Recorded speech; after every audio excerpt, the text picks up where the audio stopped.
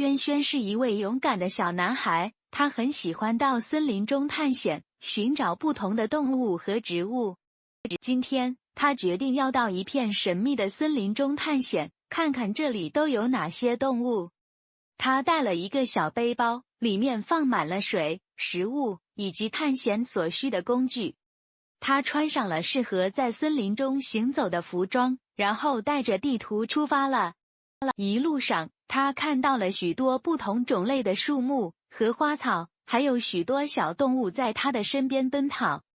在森林中，轩轩遇到了一只小松鼠，它在树上跳跳跳，一边叽叽喳喳地叫着。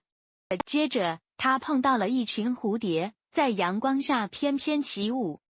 他还发现了一条小河，河流中有许多小鱼在游来游去。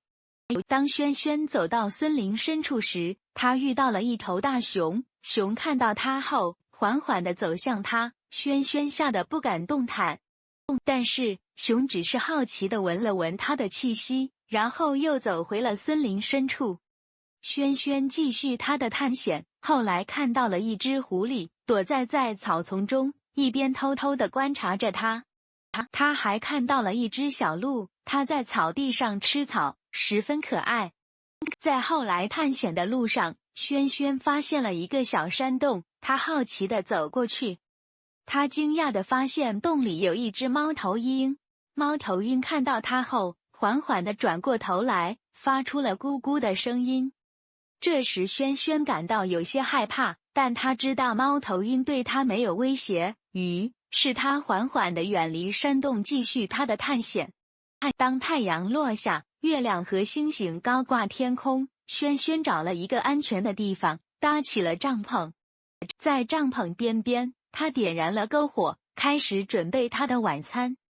突然之间，他听到了一些声音，他起身走到帐篷外，发现原来是一只狼在附近的森林中嚎叫。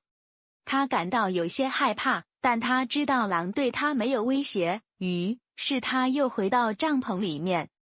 最后，轩轩回到了家中，他感到非常开心，因为他见到了许多不同的动物，还体验到了森林中的美妙。